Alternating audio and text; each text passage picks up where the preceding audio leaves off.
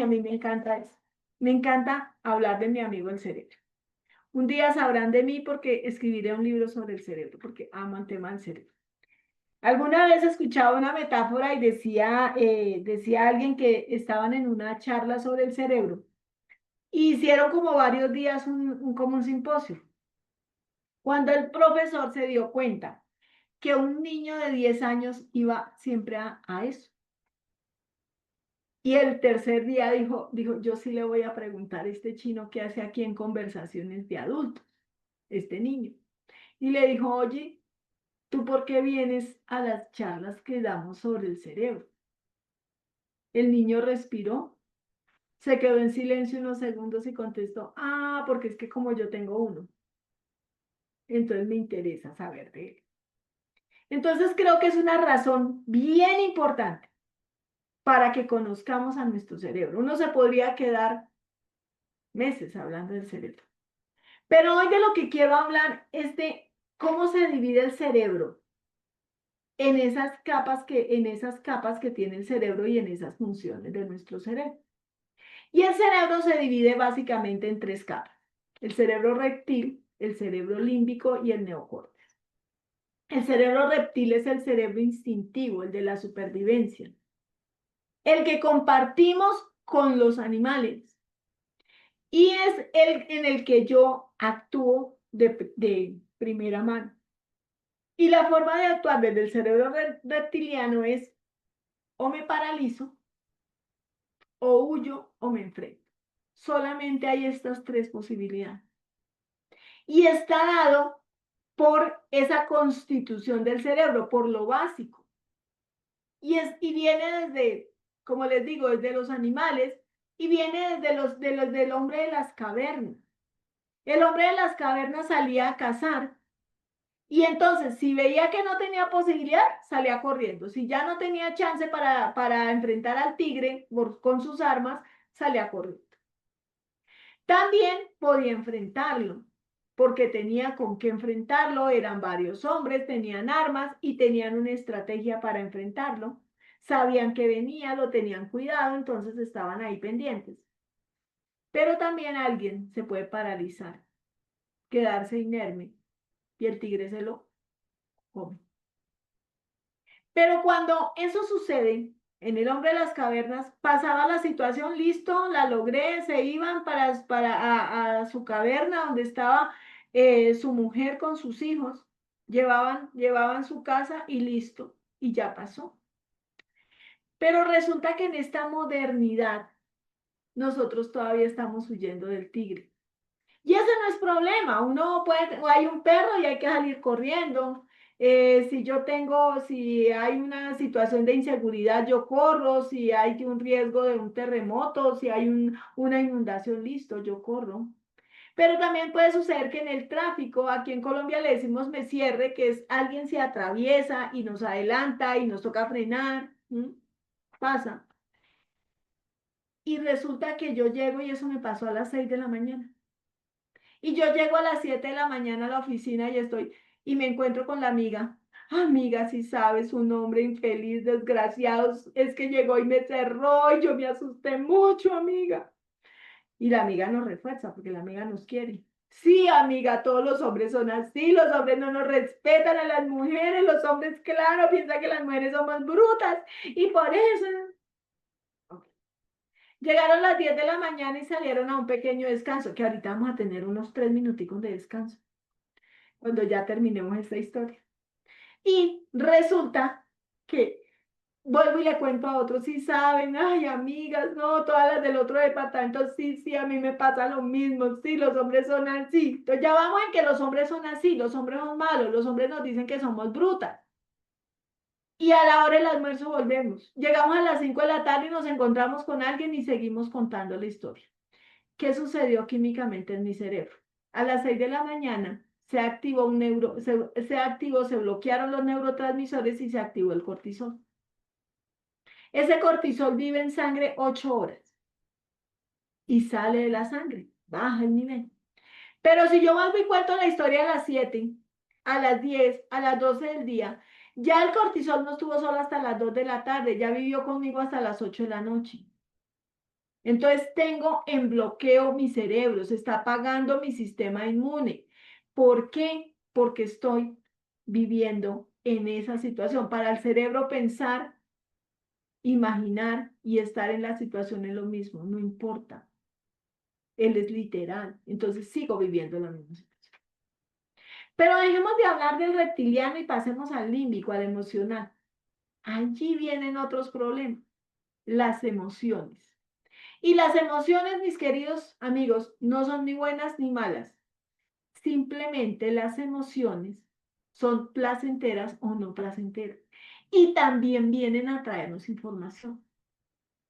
Y como yo perciba mis emociones, así mismo voy a vivir y voy a reaccionar.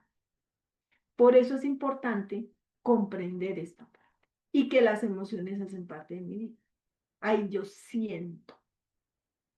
Es que lo que me dijo es que me dolió tanto que me lo dijera. ¿Cómo me va a decir eso? Es que él no le importa. Y luego viene el neocortes. El neocortes es el cerebro racional. Ese es el exclusivo del humano. Y lo que pasa es que este combinado es espectacular. Sin embargo, por eso nos queda rumiando y rumiando muchas veces las cosas y por eso es que seguimos en ese problema.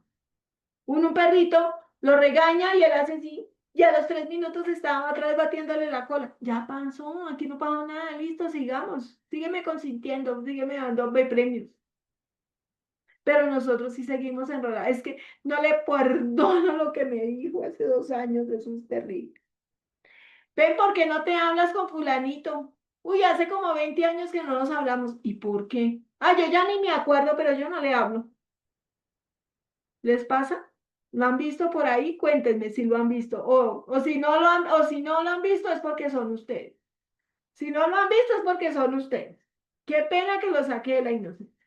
Entonces, para cerrar y descansar 3 minuticos, quiero hacerles una pregunta. ¿Qué será más fácil? ¿Qué será más fácil? ¿Mover la percepción o mover la emoción de las personas? Escríbanme en el chat. ¿Emoción o percepción es más fácil bajar en las personas? Cuenten a ver, los quiero leer. Para saber que que no los estoy durmiendo con mi chat. Mover la percepción, dice Angie. Diana dice la emoción. ¿Quién dijo más? ¿Quién da más? La percepción, la percepción, la percepción, la emoción. Está ganando la percepción, la emoción, la emoción. Entonces yo les pregunto. Resulta que ustedes van donde una persona que ustedes quieran mucho, que hay caballeros y hay damas. Llámese su compañero, su amigo, su amigobio, o su jefe, o su mamá, o su hijo. Y resulta que ustedes van y esa persona está absolutamente iracunda. Pongámosla en iracunda. Es iracunda, brava, enojada, pateando. El mundo es imposible que me hagan esto, como me hicieron, no sé qué. ¿Qué será más fácil? Decirle, venga, tranquilo, no pase nada, no me ponga brava por eso, no, tranquilo. ¿Cómo que no me ponga bravo? Es que usted qué cree que esto no es importante, es que usted qué está pensando. Claro, como no fue a usted, sino fue a mí a que le hicieron. ¿Será que con decirle tranquilo va? No, cierto. Pero si yo me doy el espacio de escuchar a esa persona, y esto pasa en consulta, yo no desvalido la emoción de la persona, la escucho. Y a través de lo que está significando, primero, al ella escucharse, va bajando esa emoción.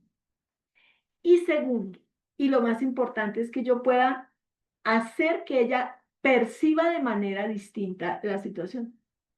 ¿Qué aprendiste? ¿Qué podías haber hecho distinto? ¿Cómo lo puedes hacer la próxima vez? Entonces estoy haciendo que esa persona mire con otros ojos, se quite sus lentes y se ponga otros lentes y mire distinto. Entonces, ¿por qué? Porque voy es al aprendizaje de esa emoción que tuvo la persona. Porque la emoción no la puedo cambiar tan fácil, porque tengo que validar la emoción. Y tampoco se trata, eso va para ustedes y para sus consultantes, tampoco se trata de decir, no, no pasó, pues sí me dio mucha rabia, ya me va pasando, ¿no? Sí, me dio mucha rabia, sí, pero no, ya pasó. No, ya pasó. No. Ya pasó. Ya pasó. Ya pasó. No hice nada. Porque eso se guardó. Eso es lo que hablábamos antes del biochoc. Sola, sin solución aparente, que no le encontré respuesta. Ese es el biochoc. Entonces yo tengo que trabajarla para que eso no se vaya a mi memoria a largo plazo y se quede allá instaurada en una red neuronal, en un relé que llamamos aquí de biodescodificación y se quede guardado para que salte la próxima. Pero si yo hago ese trabajo de hacer esa comprensión, de trabajar en la percepción, que es lo que trabajamos en la biodescodificación, que es lo que vemos a profundidad en la Mastermind, eso va a hacer que nosotros podamos sanar la situación. Y a nivel cerebral, que es esta nuestra torre de control, que pesa el 2%, pero se gasta el 20% de nuestra energía, podamos hacer un cambio de esa percepción aquí en la torre de control y podamos vivir distinto. Eso es lo que hace biodescodificación, mis queridos amigos. Trabajar en cómo muevo esas percepciones para que haya una resignificación y pueda hacer un cambio de camino que, como les decía, sea sostenible en el tiempo. Bueno, ¿cómo vamos hasta acá? Cuéntenme cómo vamos hasta acá. ¿Cómo va ese 10? ¿Seguimos en 10 o en qué vamos? Cuenten, ¿en qué vamos? Quiero leerlos. ¿En qué vamos? ¿En qué vamos? ¿En qué vamos? ¿En qué vamos? Dice Diana 6. ¿Por qué, Diana? Aquí ya van en 100.000. No, muy bien, súper. No, nada. Bueno, entonces vamos a hacer una cosa.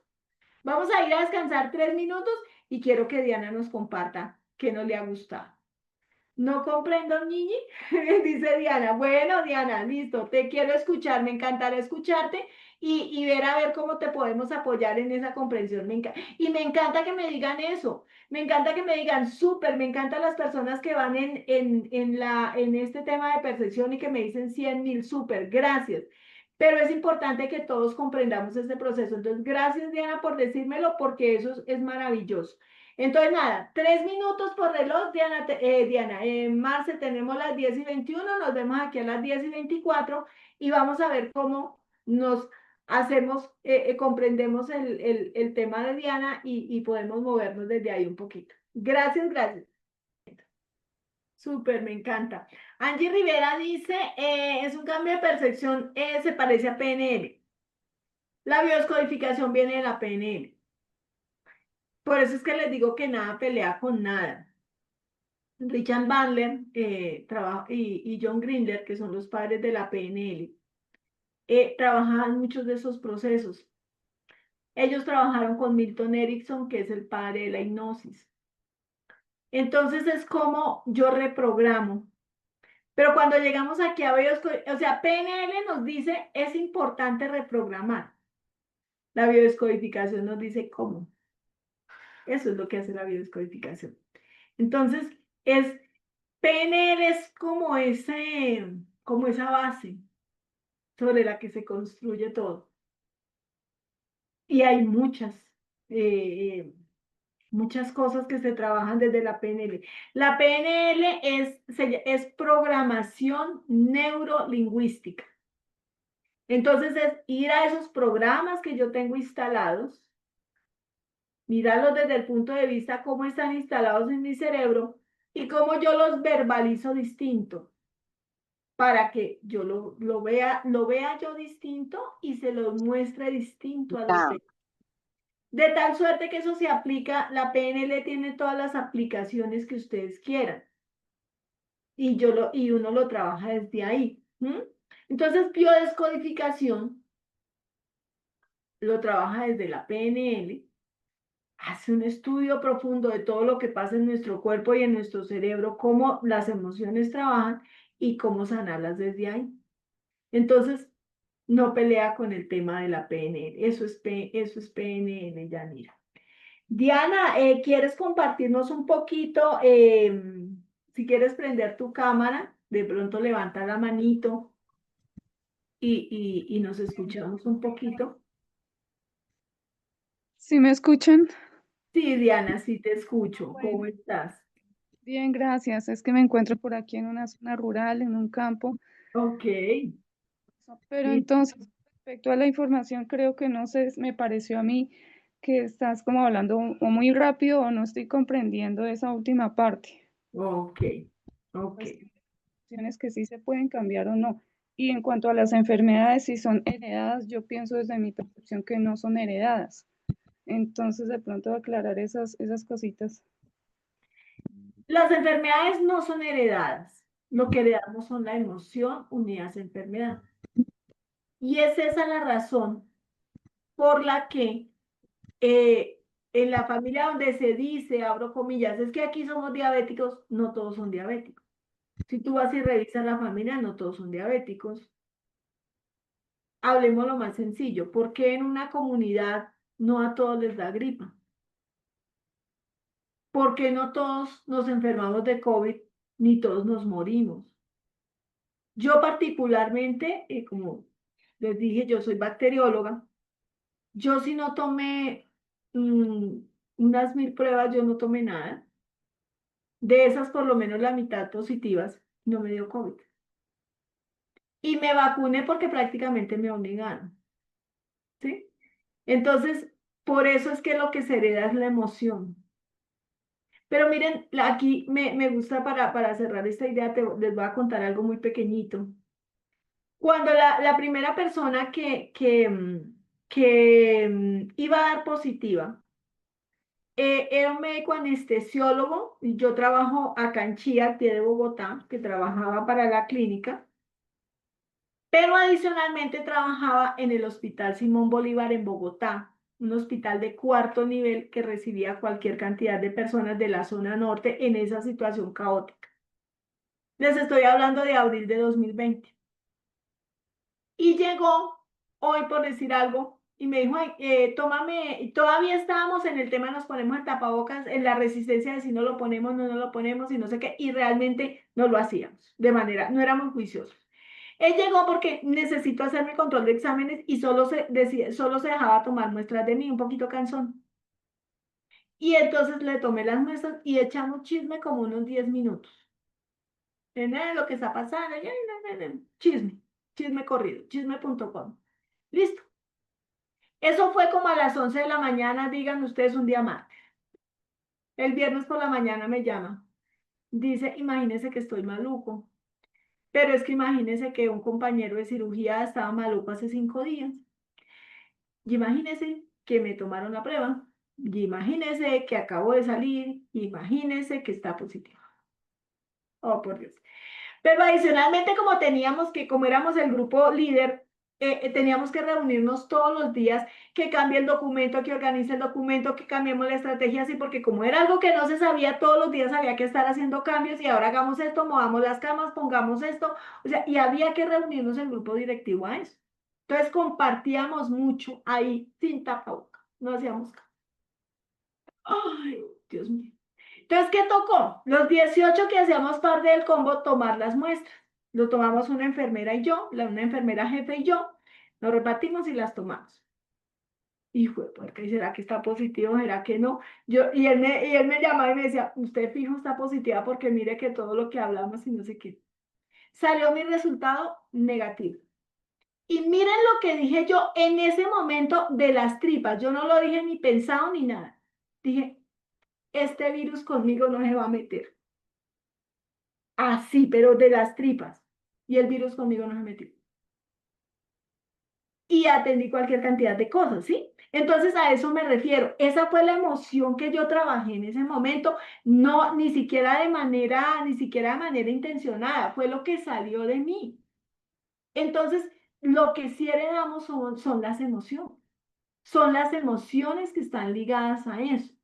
Entonces, por eso no todos nos enfermamos o por eso no todos sufrimos de lo mismo y por eso que tú viviste, tú y yo pudimos haber vivido situaciones muy similares y a ti te afecta, voy a inventar, en la economía y a mí en la salud, a otro en las relaciones, a otro en su paz interior.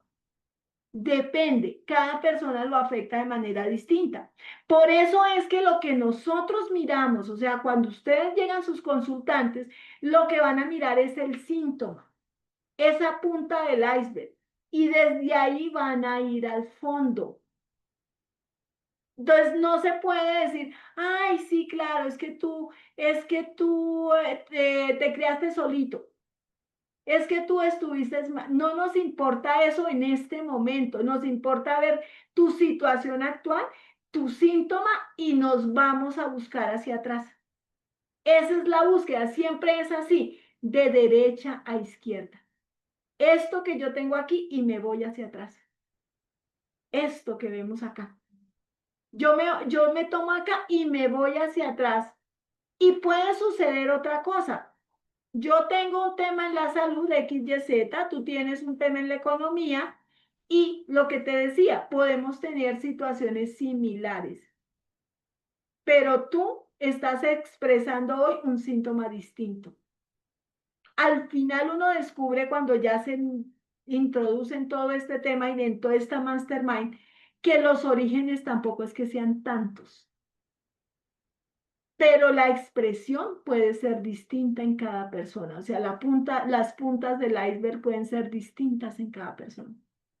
Y eso es lo que uno descubre en este proceso y es lo maravilloso de este proceso. No sé si respondí tu pregunta, Diana.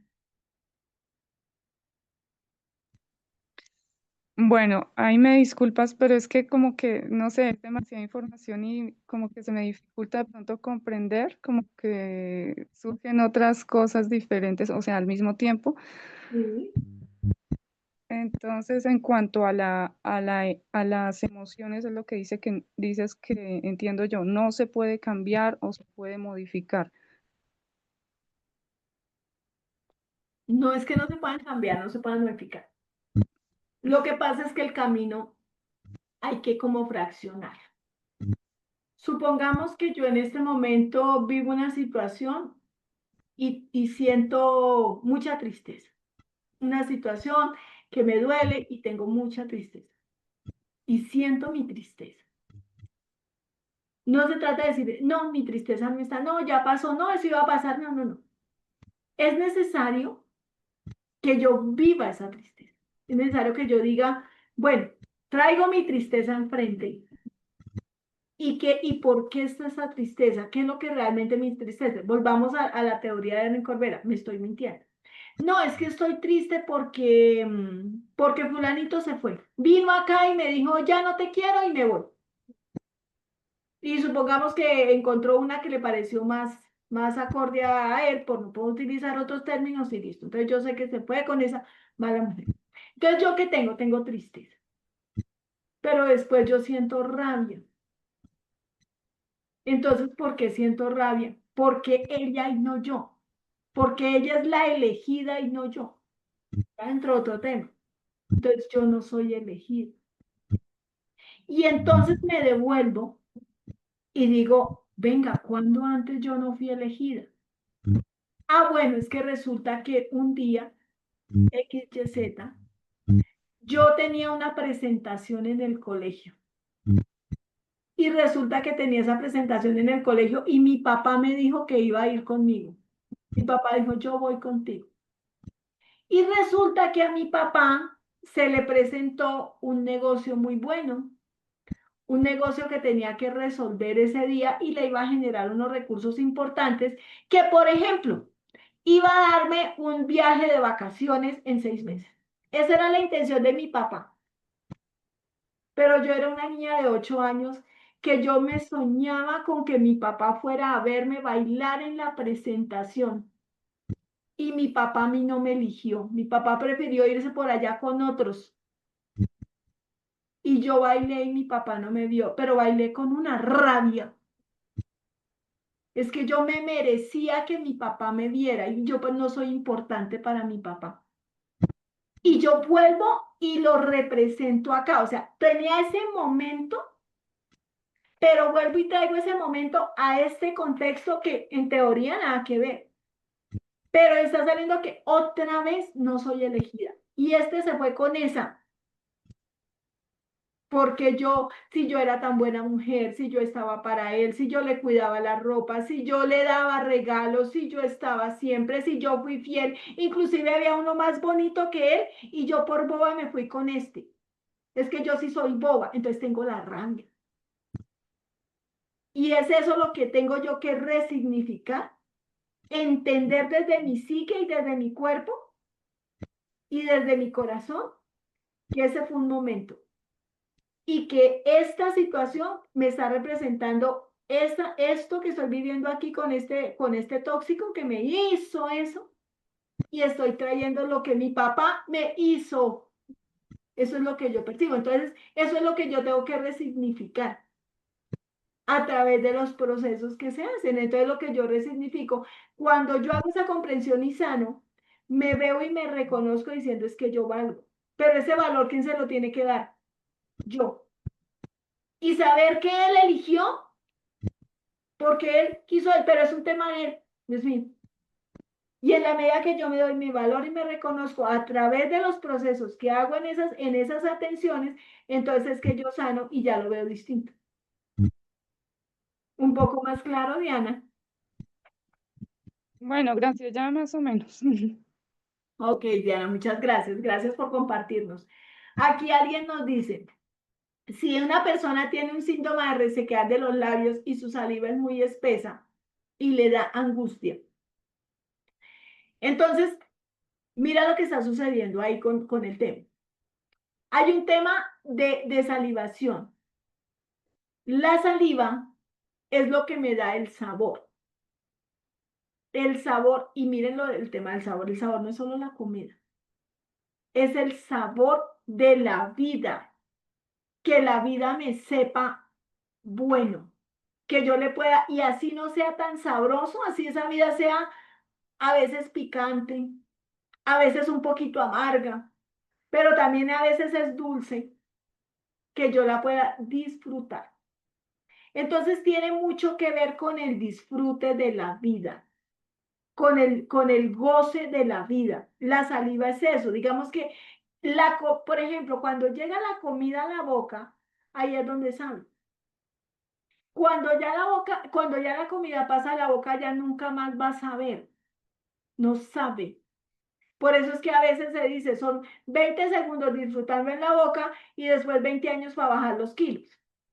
Entonces, pero el sabor de la vida, desde la biodescodificación, todos los términos hay que entenderlos desde el contexto amplio. Por eso les decía, en el caso de la gastritis, ahorita les cuento una historia. Es lo que yo no me trago, no me lo quiero tragar, pero yo no me quiero tragar de pronto una sopa que no me guste, por ejemplo, pero de pronto no me quiero tragar a mi jefe, o no me trago a mi cuñada, o es que yo no me trago a mi suegra, es que yo no me la trago. Entonces, desde la biodescodificación hay que ampliar el concepto. Eso lo vemos mucho, lo aclaramos muy bien en la Mastermind, pero es eso, es como yo amplío ese término. Cuando tengo algo en la espalda es esa carga, pero la carga no necesariamente es una carga que pesa 25 kilos, pero la carga puede ser mi casa, la carga puede ser mi familia, la carga pueden ser mis padres, la carga puede ser el trabajo, la carga pueden ser las deudas y va a llegar a la espalda. La carga puede ser cualquier reto que yo tengo. Entonces siempre tengo que entender eso en el contexto amplio e irme a lo más amplio.